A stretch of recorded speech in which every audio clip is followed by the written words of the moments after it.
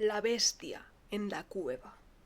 La más terrible conclusión que había estado trastornándome constantemente no había hecho más que confirmarse.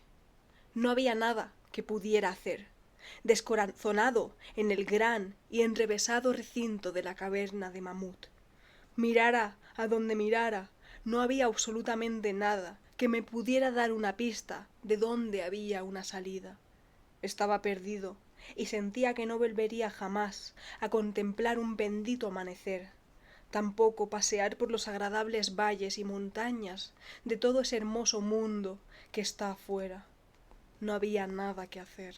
A pesar de todo, educado como estaba por una vida entera de estudios filosóficos, sentí una satisfacción grande con mi conducta fría, porque, aunque había leído bastante sobre la desesperación en el que caían las víctimas en estos casos, no me pasaba nada de eso, por lo que permanecí muy tranquilo cuando entendí que todo estaba perdido. Tampoco me preocupó en demasía la idea de que era probable que hubiese vagado hasta más allá de los límites en los que se me buscaría. Si había de morir, reflexioné, aquella caverna terrible, pero majestuosa, sería un sepulcro mucho mejor que cualquiera que pudiera ofrecerme algún cementerio. Había en esta concepción una dosis mayor de tranquilidad que de desespero. Iba a perecer de hambre, estaba seguro de ello. Sabía que algunos se habían vuelto locos en circunstancias como esta, pero no acabaría yo así. Yo solo era el causante de mi desgracia. Me había separado del grupo de visitantes sin que el guía lo advirtiera, y, después de vagar durante una hora aproximadamente por las galerías prohibidas de la caverna, me sentí incapaz de volver atrás por los mismos vericuetos tortuosos que había seguido desde que abandoné a mis compañeros. La luz de mi antorcha comenzaba a expirar. Pronto estaría ya en la oscuridad total y casi palpable de las entrañas de la tierra. Mientras me encontraba bajo la luz poco firme y evanescente, medité sobre las circunstancias exactas en las que se produciría mi próximo fin. Recordé los relatos que había escuchado sobre la colonia de tuberculosos que establecieron su residencia en estas grutas titánicas. Por tratar de encontrar la salud en el aire sano, al parecer, del mundo subterráneo, cuya temperatura era uniforme para su atmósfera e impregnado su ámbito de una apacible quietud, en vez de salud, habían encontrado una muerte extraña y horrible. Yo había visto las tristes ruinas de sus viviendas defectuosamente construidas al pasar junto a ellas con el grupo, y me había preguntado qué clase de influencia ejercía sobre alguien tan sano y vigoroso como yo una estancia prolongada en esta caverna inmensa y sin un solo sonido. Este es el momento, me dije con lóbrego humor, en que me había llegado la oportunidad de comprobarlo. Si es que la necesidad de alimentos no apresuraba con demasiada rapidez mi despedida de este mundo.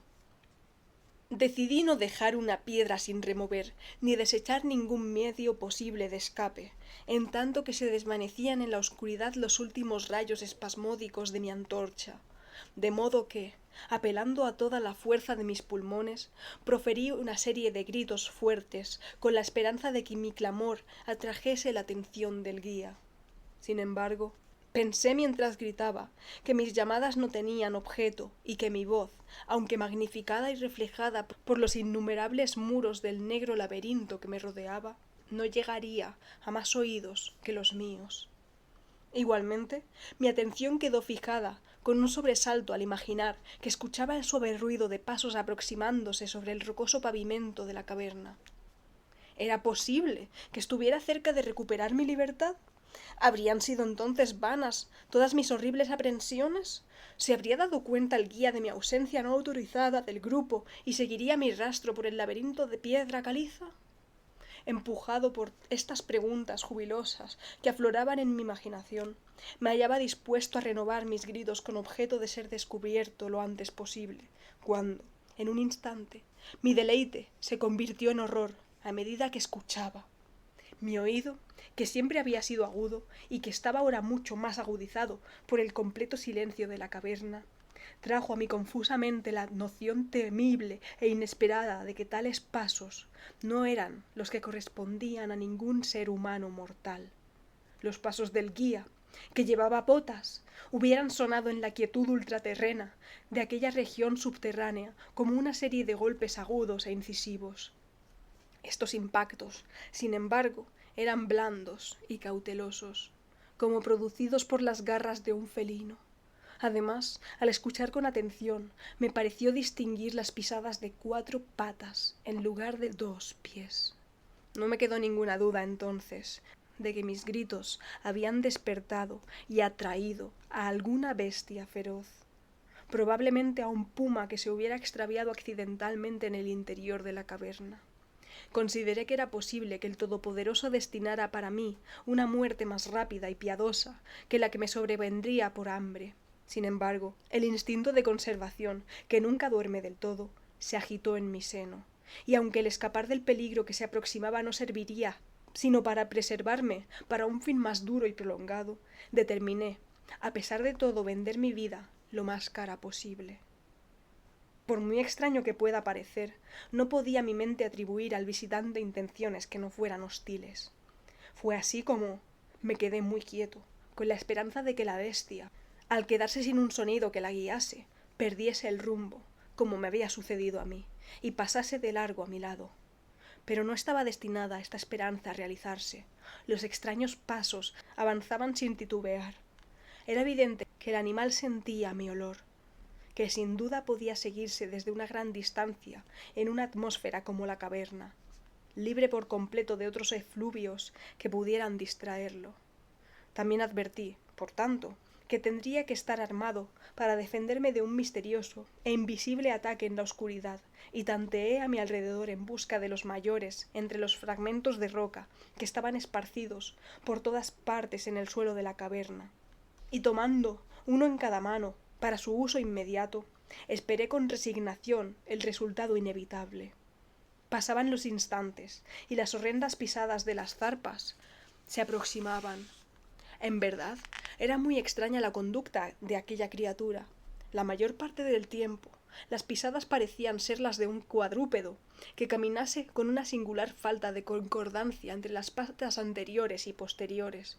Pero, a intervalos breves y frecuentes, me parecía que tan solo 2 patas realizaban el proceso de locomoción. Me preguntaba cuál sería la especie de animal que iba a encararse conmigo. Debía tratarse, pensé, de alguna bestia desafortunada que había pagado la curiosidad que la llevó a investigar una de las entradas de la tenebrosa gruta, con un confinamiento de por vida en sus recintos interminables. Sin duda, le servirían de alimento los peces ciegos, murciélagos y ratas de la caverna, así como alguno de los peces que son arrastrados a su interior cada crecida del río verde, que comunica con cierta manera oculta con las aguas subterráneas.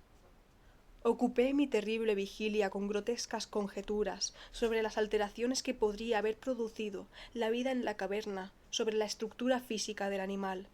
Recordaba la terrible apariencia que atribuía la tradición local a los tuberculosos que allí murieron tras una larga residencia en las profundidades.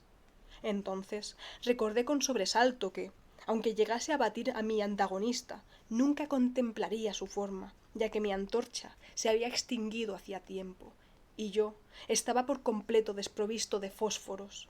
La tensión de mis pensamientos se hizo agobiante. Mi fantasía dislocada hizo surgir formas terribles y terroríficas de la siniestra oscuridad que me rodeaba y que parecía verdaderamente apretarse en torno de mi cuerpo. Sentía que estaba a punto de dejar escapar un agudo grito, aunque hubiese sido lo bastante irresponsable para hacer tal cosa. A duras penas habría respondido mi voz. Estaba paralizado por completo, enraizado al lugar en donde me encontraba. Vacilaba que pudiera mi mano derecha lanzar el proyectil a la cosa que se acercaba cuando llegase el momento crucial. Ahora el decidido pat, pat de las pisadas estaba casi al alcance de la mano. Luego, muy cerca, podía escuchar la trabajosa respiración del animal y, aunque estaba paralizado por el terror. Comprendí que debía de haber recorrido una distancia considerable y que estaba correspondientemente fatigado. Súbitamente se rompió el hechizo. Mi mano, guiada por mi sentido del oído, siempre digno de confianza, lanzó con todas sus fuerzas la piedra afilada hacia el punto en la oscuridad de donde procedía la fuerte respiración. Y puedo informar con alegría que casi alcanzó su objetivo. Escuché cómo la cosa saltaba y volvía a caer a cierta distancia. Allí pareció detenerse. Después de volver a afinar la puntería, descargué el segundo proyectil, con mayor efectividad esta vez. Escuché caer a la criatura, rendida por completo, y permaneció yaciente e inmóvil. Casi agobiado por el alivio que me invadió, me apoyé en la pared. Se seguía oyendo la respiración de la bestia, en forma de jadeantes y pesadas inhalaciones y exhalaciones. Deduje de ello que no había hecho más que herirla, y entonces perdí todo deseo de examinarla. Al fin, un miedo supersticioso, irracional, se había manifestado en mi cerebro, y no me acerqué al cuerpo, ni continué arrojándole piedras para completar la extinción de su vida. En lugar de eso, corrí a toda velocidad en lo que era, tan aproximadamente como pude juzgarlo, en mi condición de frenesí, la dirección por la que había llegado hasta allí. De pronto escuché un sonido, o más bien una sucesión regular de sonidos. Al momento siguiente se habían convertido en una serie de agudos chasquidos metálicos. Esta vez no había duda. Era el guía. Fue ahí cuando grité, aullé, reí incluso de alegría al contemplar, en el techo abovedado, el débil fulgor que sabía era la luz reflejada de una antorcha que se acercaba. Me precipité al encuentro del resplandor y, antes de que pudiese comprender por completo lo que había ocurrido, estaba postrado a los pies del guía y besaba sus botas mientras balbuceaba, a despecho de la orgullosa reserva que es habitual en mí, explicaciones sin sentido, como un idiota. Contaba con frenesí mi terrible historia y, al mismo tiempo, abrumaba a quien me escuchaba con protestas de gratitud. Volví por último a algo parecido a mi estado normal de conciencia. El guía había advertido mi ausencia al regresar el grupo a la entrada de la caverna y, guiado por su propio sentido intuitivo de la orientación, se había dedicado a explorar a conciencia los pasadizos laterales que se extendían más allá del lugar en el que había hablado conmigo por última vez, y localizó mi posición tras una búsqueda de más de 3 horas. Después de contar esto, yo, envalentonado por su antorcha y por su compañía, empecé a reflexionar sobre la extraña bestia a la que había herido a poca distancia de allí, en la oscuridad, y sugerí que averiguásemos, con la ayuda de la antorcha, qué clase de criatura había sido mi víctima. Por consiguiente, volví sobre mis pasos, hasta el escenario de la terrible experiencia. Pronto descubrimos en el suelo un objeto blanco, más blanco incluso que la reluciente piedra caliza. Nos acercamos con cautela y dejamos escapar una simultánea exclamación de asombro, porque este era el más extraño de todos los monstruos extranaturales que cada uno de nosotros dos hubiera contemplado en la vida. Resultó tratarse de un mono antropoide de grandes proporciones, escapado quizá de algún zoológico ambulante. Su pelaje era blanco como la nieve, cosa que sin duda se debía a la calcinadora acción de una larga permanencia en el interior de los negros confines de las cavernas, y era también sorprendentemente escaso, y estaba ausente en casi todo el cuerpo, salvo de la cabeza. Era allí abundante y tan largo que caía en profusión sobre los hombros. Tenía la cara vuelta del lado opuesto a donde estábamos, y la criatura yacía casi directamente sobre ella. La inclinación de los miembros era singular, aunque explicaba la alternancia en su uso que yo había advertido antes, por lo que la bestia avanzaba a veces a 4 patas y otras en solo 2. De las puntas de sus dedos se extendían uñas largas, como de rata. Los pies no eran prensiles, hecho que atribuí a la larga residencia en las cavernas que, como ya he dicho antes, parecía también la causa evidente de su blancura total y casi ultraterrena, tan característica de toda su anatomía. No parecía tener cola. Su respirar era ya muy débil, y el guía sacó su pistola con la clara intención de despachar a la criatura, cuando de súbito Un sonido que ésta emitió hizo que el arma se le cayera de las manos sin ser usada. Resulta difícil describir la naturaleza de tal sonido. No tenía el tono normal de cualquier especie conocida de simios. Y me pregunté si su cualidad extranatural no sería resultado de un silencio completo y continuado por largo tiempo, roto por la sensación de llegada de luz que la bestia no debía de haber visto desde que entró por primera vez en la caverna. El sonido, que intentaré describir como una especie de parloteo en tono profundo, continuó débilmente. A la vez, un efímero espasmo de energía pareció conmover el cuerpo del animal. Las garras hicieron un movimiento convulsivo y los miembros se contrajeron. Con una convulsión del cuerpo rodó sobre sí mismo, de modo que la cara quedó vuelta hacia nosotros. Quedé por un momento tan petrificado de espanto por los ojos de esta manera revelados que no me apercibí de nada más. Eran negros aquellos ojos, de una negrura profunda en horrible contraste con la piel y el cabello de nívea blancura. Como los de otras especies cavernícolas, estaban profundamente hundidos en sus órbitas y por completo desprovistos de iris. Cuando miré con mayor atención, vi que estaban enclavados en un rostro menos prognático que el de los monos corrientes e infinitamente menos velludo. La nariz era prominente.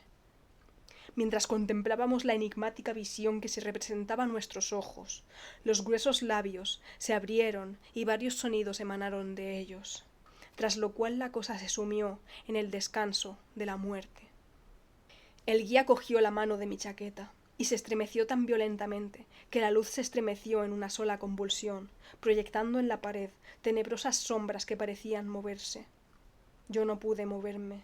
Estaba de nuevo petrificado, preso completamente del horror, y mis ojos fijos en el suelo delante de mí. Todo temor se esfumó, y en su lugar me embargaron sentimientos de compasión, asombro y respeto. Todos los sonidos que había emitido esta criatura que estaba tendida en este horroroso lugar hizo que nos diéramos cuenta de una tremenda verdad. Esta criatura que yo había golpeado y a la que había robado la vida, la extraña bestia de la cueva maldita, era o fue alguna vez un hombre.